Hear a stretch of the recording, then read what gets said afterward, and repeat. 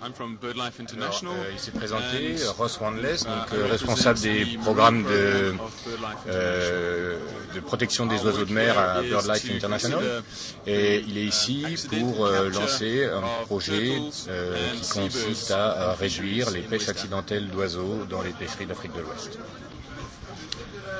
Alors les buts du programme sont multiples. En premier lieu, il consiste à former des gens localement pour augmenter les connaissances sur les oiseaux de mer et les tortues marines dans la sous-région à travers un programme de capacité building, donc de formation de gens à la fois destinés aux étudiants, aux surveillants des pêches et au secteur de la pêche en général. Et la deuxième chose, c'est de réussir à réduire le problème de pêche accidentelle de ces animaux-là dans les pêcheries. On suppose qu'il y a des problèmes qui sont importants, mais on ne sait pas vraiment où ils se trouvent et à quel point ces problèmes sont importants. Et donc le principe, ça va être d'essayer de solutionner ces questions. À 2019, qui va consister à essayer de comprendre où sont les problèmes, et à partir de là jusqu'à 2022, il y aura une deuxième phase qui consistera plutôt à essayer de trouver des solutions aux problèmes qui auront été identifiés avant.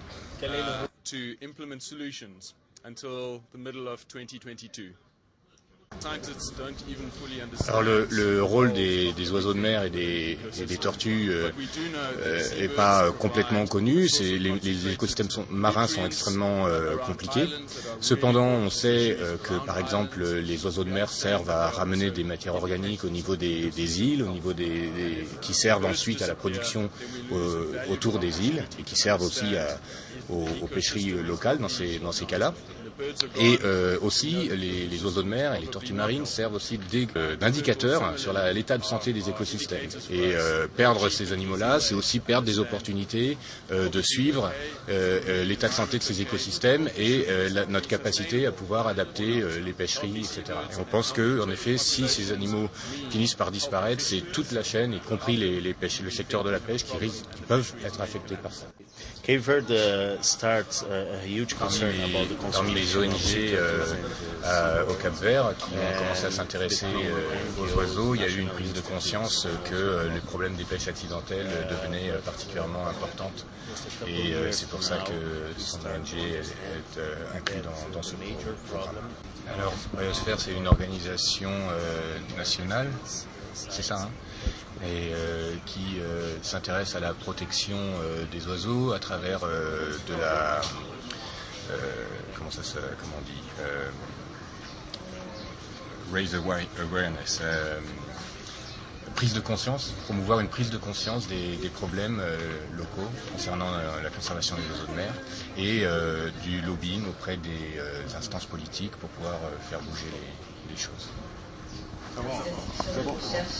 L'importance de cette rencontre, c'est d'abord faire un lancement officiel du plan d'action élaboré en partenariat avec BirdLife, mais financé par MAVA, pour la réduction des captures accessoires qu'on appelle bycatch, de tortues marines, mais également d'oiseaux marins, qui aujourd'hui connaissent un fléau de menace d'extinction de cette diversité, en ce sens que aujourd'hui, que ce soit au Sénégal ou que ce soit dans les pays membres de la Commission sous-régionale des pêches, nous utilisons au niveau pêche industrielle des navires qu'on appelle des palangriers,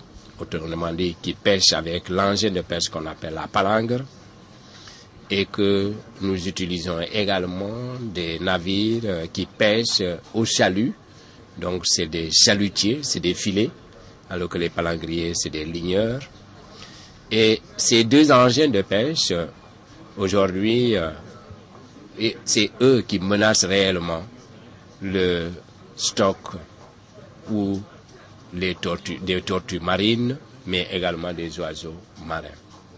D'où c'est la raison pour laquelle on se dit qu'aujourd'hui, vu que ce fléau prend de l'ampleur avec le développement de la pêche industrielle dans nos différents pays, il est bon de pouvoir avoir un plan d'action, une stratégie sous-régionale qui permettra de faire en sorte que nous puissions même, à l'issue de la mise en œuvre de cette stratégie, élaborer des mesures à haut niveau réglementaire pour en faire une transposition dans nos réglementations nationales, mais faire également une harmonisation de ces mesures réglementaires au niveau de la commission régionale.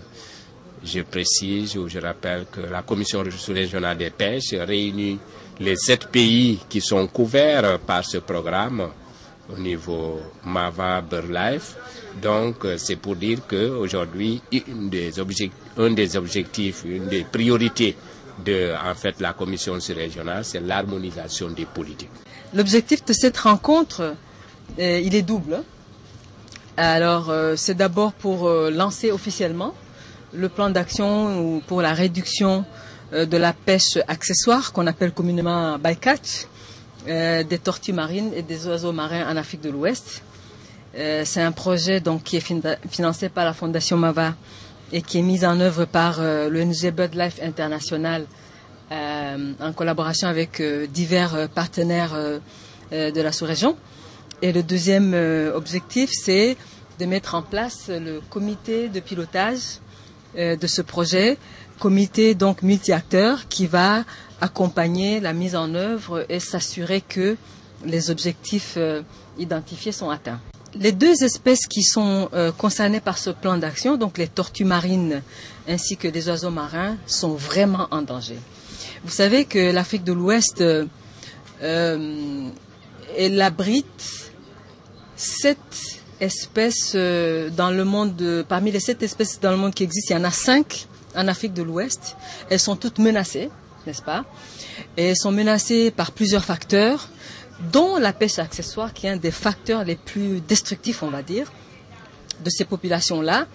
Et après, les oiseaux marins, vous savez que l'Afrique de l'Ouest, et notamment le Cap-Vert, abrite les espèces les plus menacées d'oiseaux marins dans le monde. Et donc, ceux-là aussi sont vraiment menacés par la pêche accessoire.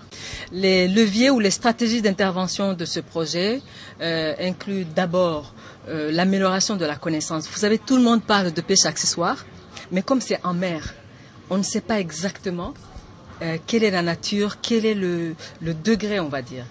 Donc la première stratégie, c'est d'améliorer les connaissances sur le degré de la pêche accessoire, où est-ce que ça se trouve, où est-ce qu'il y a le plus vraiment de dégâts.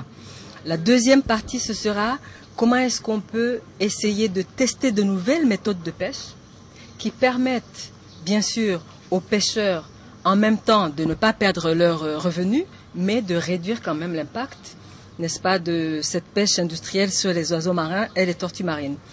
La troisième composante concerne le renforcement des capacités, c'est-à-dire que renforcer les capacités des partenaires ouest-africains, non seulement dans la connaissance de la pêche accessoire, mais dans la connaissance de nouvelles méthodologies pour pouvoir vraiment réduire ce fléau. Et la quatrième stratégie concerne la mise à jour des cadres juridiques. Vous savez que parfois, les lois ou les codes de pêche notamment n'incluent pas nécessairement toutes ces menaces-là. Donc la quatrième stratégie serait comment est-ce qu'on met à jour les cadres juridiques de ces pays-là pour prendre en compte et réduire la menace de la pêche accessoire sur les oiseaux marins et les tortues marines. C'est un projet qui a été donc planifié pour une durée de 5 ans, même si la première phase va être sur 2 ans d'abord. Mais le coût total du projet tourne autour de 5 millions d'euros. Ce qui se passe ici, c'est un problème qui n'est pas un problème africain, comme les personnes veulent dire.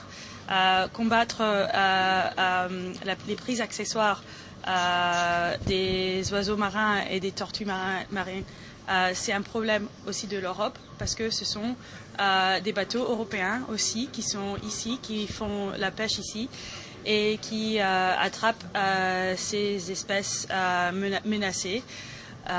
Et donc, pour nous, c'est une chose que les Européens doivent savoir et doivent comprendre qu'il y a un problème, qu'ils doivent non pas juste arrêter leurs bateaux, mais aussi financer à combattre ce problème.